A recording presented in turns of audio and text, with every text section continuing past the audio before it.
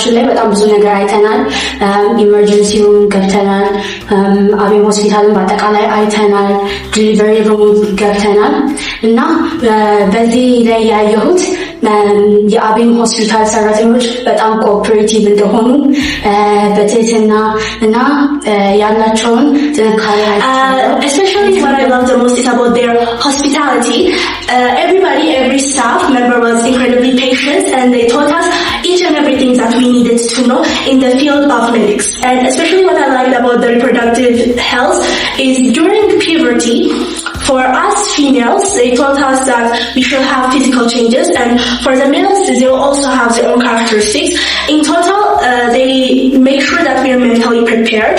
And in the emergency room, when seizures or accidents happen, they told us how to use a first aid kit, like checking breath, pulse, and checking circulation, and all this stuff. So I'm very thankful for Bonafide community and Abin Hospital.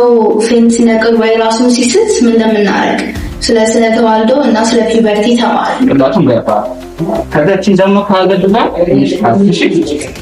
እንደዚህ ሰው ቀጥታየ መግባት ይችላል። ከዛም በኋላ ደግሞ እንዴት ነው የምታደርጉት? ፖዚሽን ታደርጋላችሁ። እሺ ማለት ወደ ባንድ በኩል ወደ ጎን እሺ ወይ ወደ ግራ እናቱ ፒበርቲ የሚባል ስቴጅ ላይ ሲደረስ ምን ለውጦች ይታያሉ የሚለው በዋናነት እናያለን። እሺ ታውቃላችሁ አይደል?